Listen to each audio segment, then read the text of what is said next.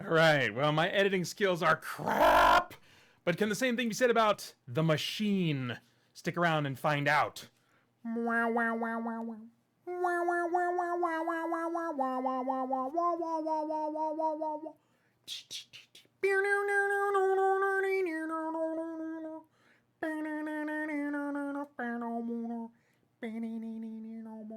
All right. That'll maybe make sense. That probably won't make any sense. Okay, so this is one you might have missed. It's called The Machine. It came out in 2013. It's a British film, so I don't even know if it touched American shores or not. But the IMDb synopsis reads: two artificial intelligence engineers come together as they work to create the first ever self-aware artificial intelligence. Oh, how many times have we seen this premise? A veteran AI engineer secretly hopes to develop technology to help his diseased daughter, even if it means funding comes from the powerful Ministry of Defense. His new partner, a young woman gifted in the field of AI, is brought on after her breakthroughs are recognized by the Ministry of Defense. Things go wrong when the Ministry of Defense takes over and advances the researchers' work to the next level, teaching the AI to kill and follow Ministry of Defense instructions with its new and nearly indestructible body. So, there's this theme of kind of like, the higher ups are like, we want war, and the good guys are like, we want science, excuse me. The story is interesting. It's an interesting quest for, they would say in the story artificial intelligence. I think I might prefer the expression artificial personhood. That's really what these kinds of stories really seem to be trying to deal with. It's not the idea of intelligence that's artificial, because I think maybe there's a difference between intelligence, just kind of the ability to process information and solve problems and stuff like that. That's kind of what we think of when we think of intelligence, as opposed to, say, wisdom, having an understanding of the world and how to live life well as we're meant to live it in the world. That's more wisdom. But we don't often differentiate between the two. And I think that movies like these, the theme they're trying to deal with really is personhood. Can we create personhood out of machine bits? So they're doing things like testing the intuition and the responses to subjective questions, like what's your opinion on this, or what would be a better name for a stuffed animal, this one or whatever. So they're asking these potential AI computer programs to respond to these questions as they're trying to find the ideal AI that's going to help them kill I think it's the Chinese we're at war with in the future in this movie. The Brits are at war with. I think they said at the beginning that like the U.S. or the West is experiencing this huge depression or recession or something. So anyway. The story is interesting. It does become more cliche, though, when the featured AI is created. There's some development during the first 30 minutes, and then after the first 30 minutes, that AI, which is in the form of this female robot woman, when that AI is created, then things get, I think, fairly cliche. The interactions of the machine, we'll call her, that's what they refer to her as in the movie.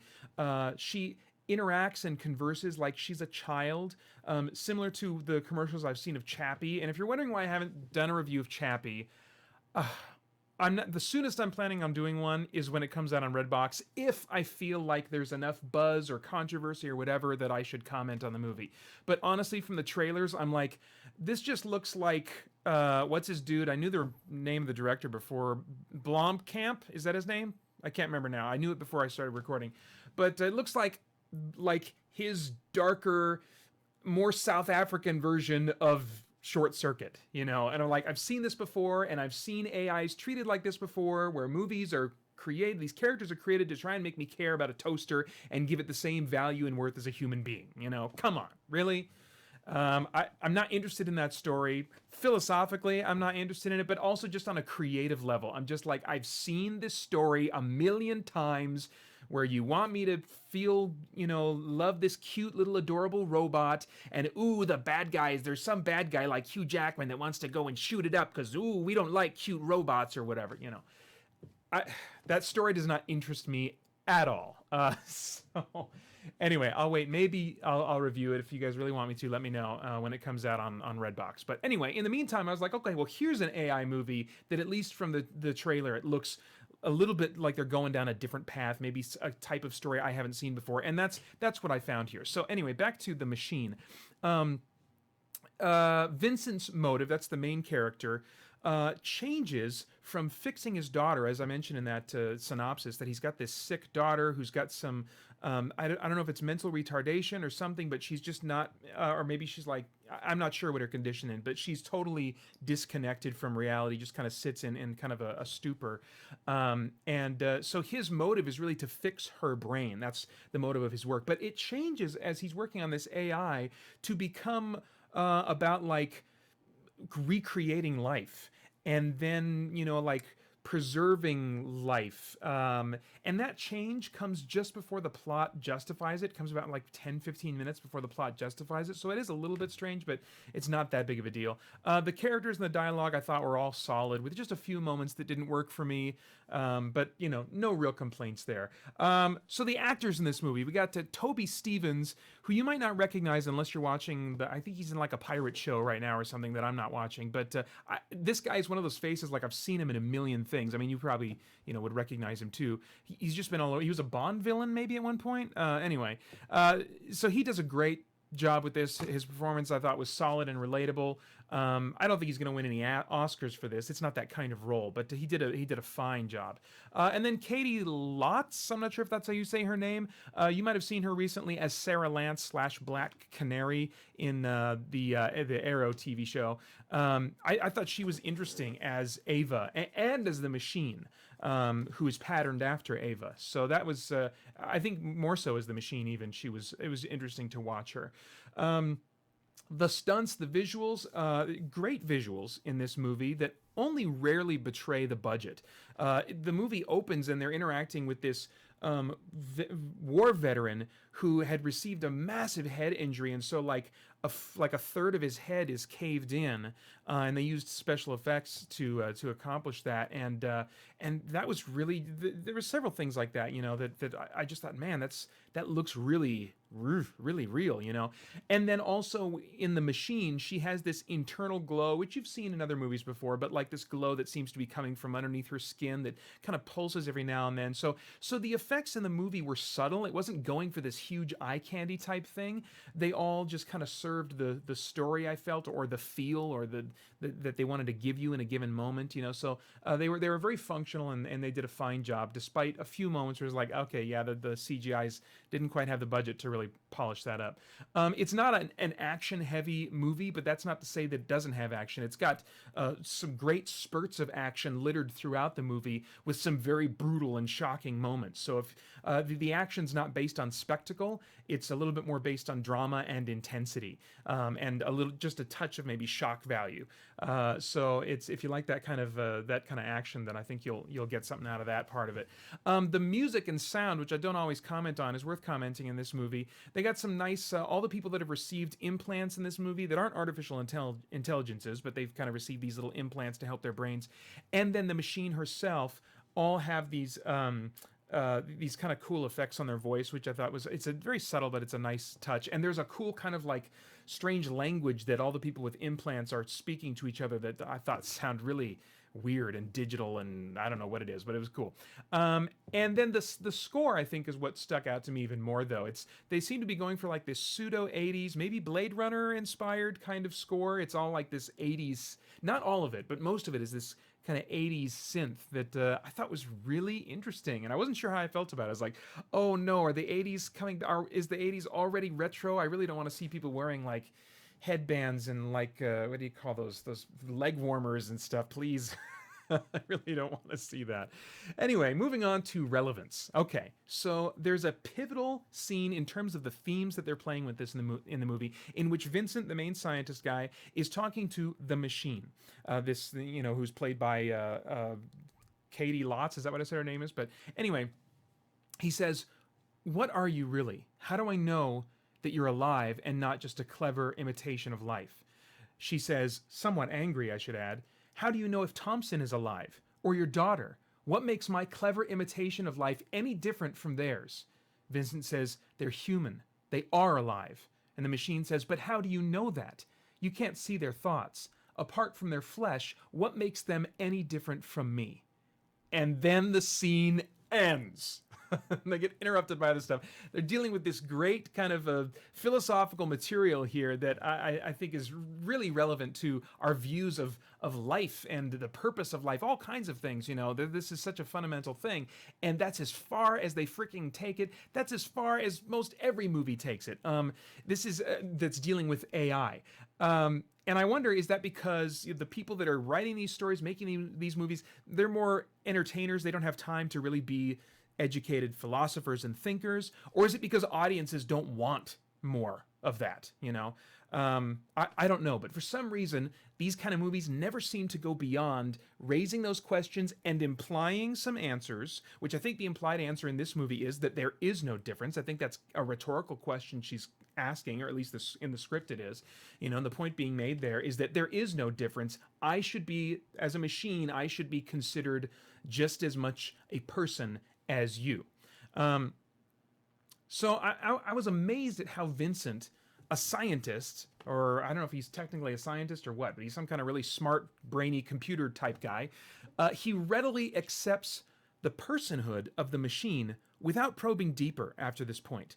But then I should add, in the context of the story, he has the motive to because of his daughter. It is in the interest of the grief he's experiencing about his daughter's condition. It is in his interest to believe that the machine can be a real person, so that if worse comes to worse, he can copy his daughter's brain and preserve her, like in the movie Transcendence with Johnny Depp. So that's another movie that's asking a lot of these same kinds of questions.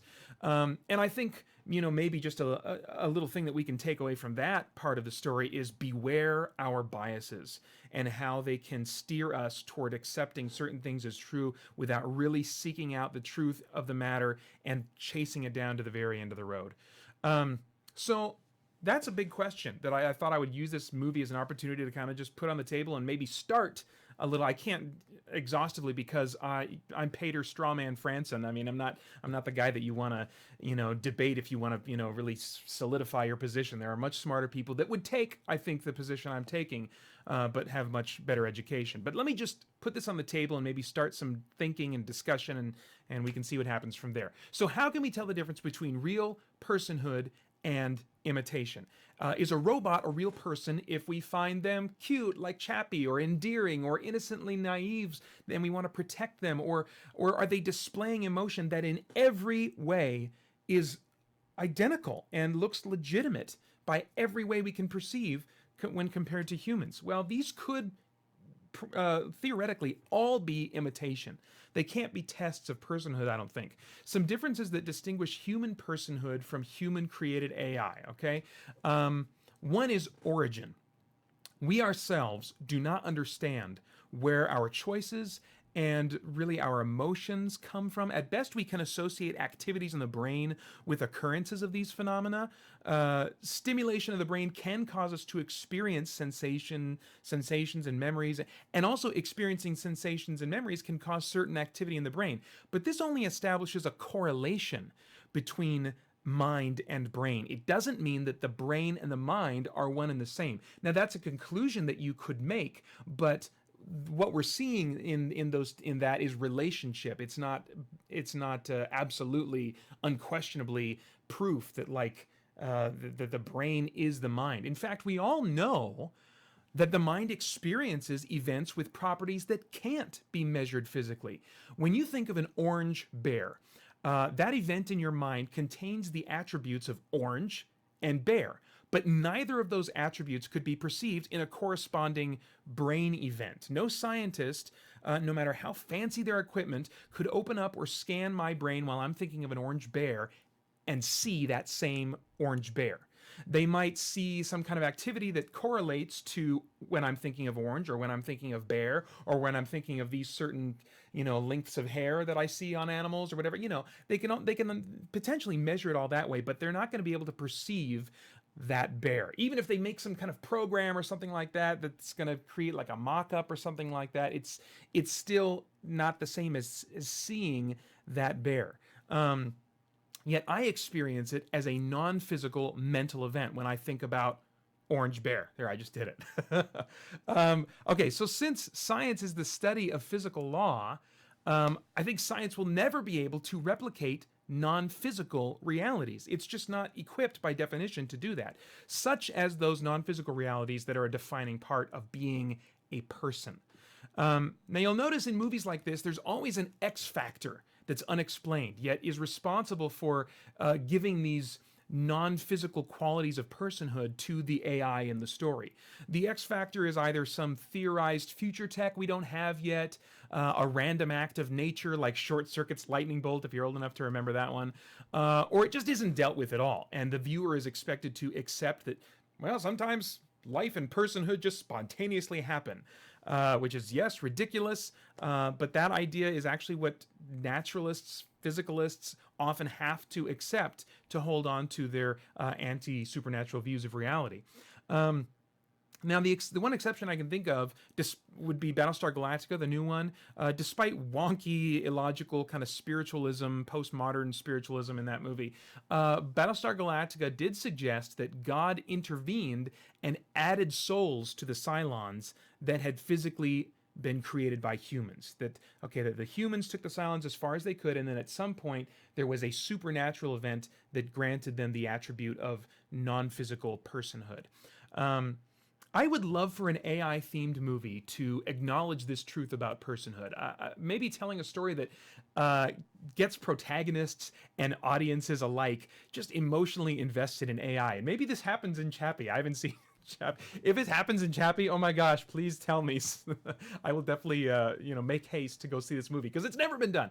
But like getting audiences and protagonists to invest emotionally in this AI, really care about this AI, think it's cute and all that kind of stuff, only to have the rug pulled out from under them at the end as the AI is revealed to be a sinister AI that fooled everyone and really wants to kill them all or something like that. That would be awesome. That would be awesome. But since people generally don't like being told that something they like is wrong or a lie, then this kind of movie probably wouldn't do well. But wouldn't that be? Oh, that would be fascinating. And yet I think that is a skill that we ought to develop.